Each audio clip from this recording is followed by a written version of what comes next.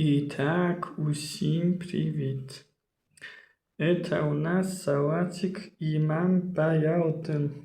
Да, происходит в Османской империи. В те годы уже начали делать такой вид салатика. Содержит жареные баклажаны, красный сладкий помидорчик, лук, чесночок и все. Да.